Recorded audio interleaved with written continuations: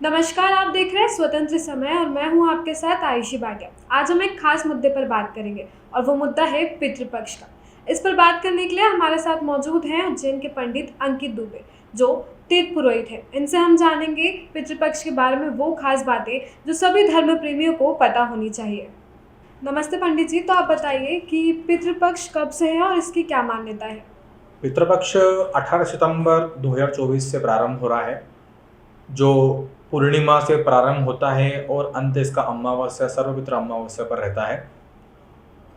ठीक है, तो आप ये बताइए कि पितृपक्ष जो है वो सिर्फ साल में 16 दिन ही क्यों होते हैं? 16 दिन के ही क्यों होते हैं? देखिए, 16 दिन जो होते हैं वो पितरों के होते हैं और 12 महीने जो होते हैं वो आम व्यक्तियों के होते हैं और पितरों के जो होते हैं वो 16 महीने होते हैं, है ना। इसीलिए जो हम श्राद्ध कर्म करते हैं या पिंड दान करते हैं तो 16 पिंड बनाए जाते हैं। तो 1 महीने का एक पिंड रहता है, 2 महीने के दूसरा पिंड, ऐसे 16 महीने के 16 पिंड रहते हैं पितरों के। ठीक है, तो 16 दिन इसीलिए रहता है कि प्रत्येक दिन प्रत्येक एक एक पिंड बना करके पिंड दान करना चाहिए, इसलिए वो 16 दिन के 16 पिंड बनते हैं।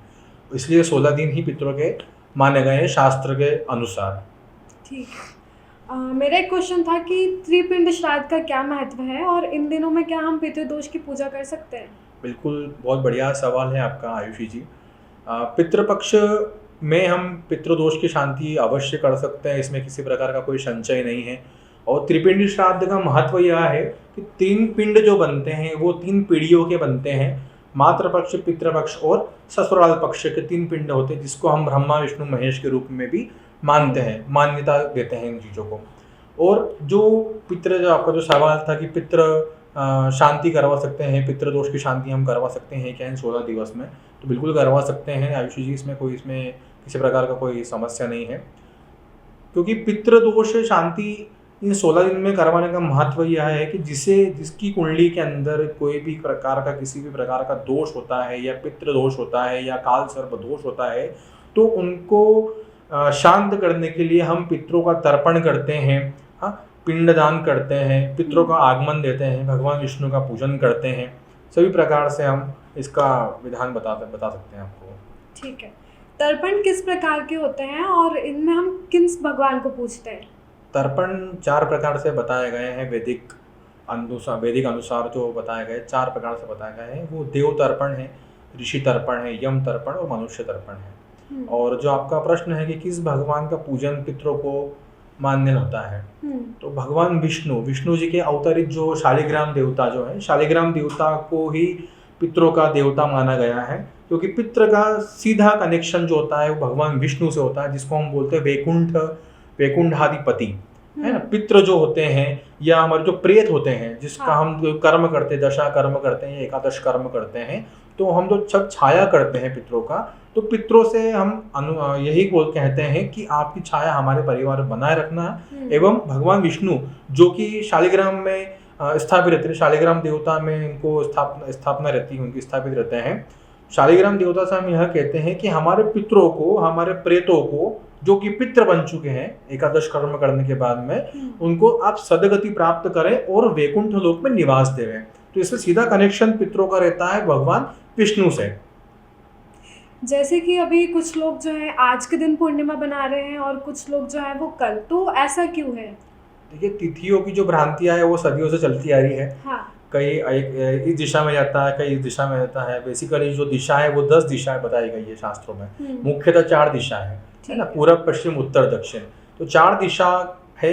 बाकी जो 10 दिशा है तो अलग अलग क्षेत्रों में अलग अलग जो प्रदेश हैं, जैसे आपका मध्य प्रदेश हो गया, उत्तर प्रदेश हो गया, या अन्य प्रदेश जो हो गए, तो सभी जगहों पर जो पंचांग जो निकलती, वैदिक पंचांग जिसको हम कहते हैं, जिसके अनुसार हम लोग चलते हैं, या हिंदू कैलेंडर जिसके अनुसार बनता है पंचांग के अनुसार, तो पंचांग अलग अलग प्रकार की रहती है। जो तिथियों की भ्रांति है, जो बता रहे हैं कि भ्रांति तिथियों की, जो आज बन रहा है या कल बना रहे हैं पूर्णिमा तिथि, तो मैं एक निवेदन मेरा सभी से यही रहेगा, जो भी मेरे माध्यम से या आयुषी जी के माध्यम से, इस चैनल के माध्यम से जो भी आप सुन रहे हैं या ध्यान से देख रहे हैं, तो आप सभी से मेरा एक निवेदन यह है कि थोड़ी सी मैं इन बातों को आपको बताना चाहूँगा कि जो तिथियाँ जो होती है वह उदया तिथि मानी गई है ना। आज के दिन जो इंदौर के अंदर जैसे मैं आप सपोज आपको एक एग्जांपल तौर पर देता हूँ, इंदौर के अंदर जैसे आज चतुर्दशी भी और पूर्णिमा का तिथि का भी बताया गया है, परंतु जो तिथि जो होती है वह होती है उदयात तिथि।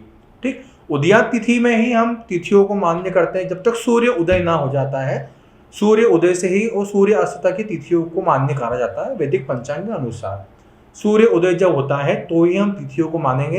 तो पूर्णिमा तिथि जो है वो कल आज लग चुकी है, परंतु जो श्राद्ध होगा वो कल होगा। और प्रतिपदा का तिथि भी कल है। पूर्णिमा और प्रतिपदा का जो श्राद्ध जो भी व्यक्ति करेगा अपने पितरों के निमित्त वह कल के दिन करें। एक निवेदन मेरा आपसे है इस चैनल के माध्यम से कि वो कल के दिन आप करें, क्योंकि उदयात तिथि ही मान्य रहती है हिंदू पंचांग के अनुसार या वैदिक कर्म के अनुसार। जो शास्त्र के अनुसार अगर हम बात करते हैं तो शास्त्रों में इसी का विधान है कि उदयात तिथि ही मान्य करें। और जो शय बताया गया है, कुछ जैसे उज्जैन मान्य, उज्जैन की पंचांग के अनुसार अगर हम चलते हैं, अवंतिका के पंचांग के अनुसार जो चलते हैं, जिसके माध्यम से आपके जो माननीय सीएम मोहन यादव जी जो है, डॉक्टर सीएम मोहन यादव जी जो है, वह भी उज्जैन की पंचांग के अनुसार ही सब कार्य करते हैं।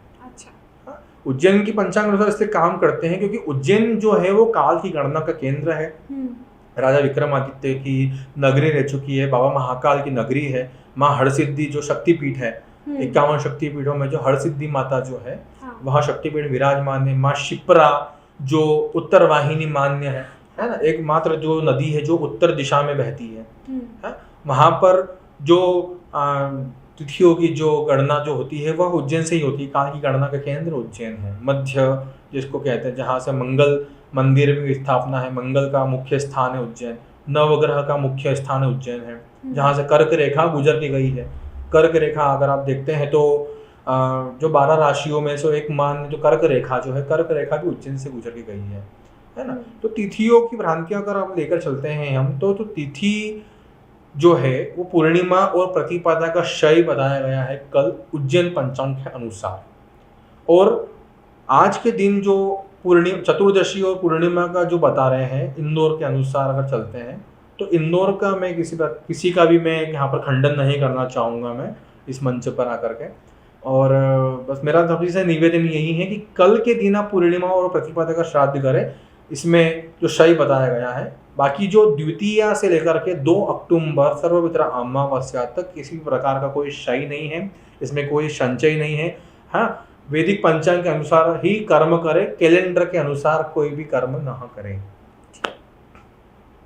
तो ये थी हमारी आज की खास रिपोर्ट। ये आपको कैसी लगी कमेंट बॉक्स में ज़रूर बताएं, और वीडियो पसंद आया हो तो इसे लाइक करें और चैनल को सब्सक्राइब करना ना भूलें।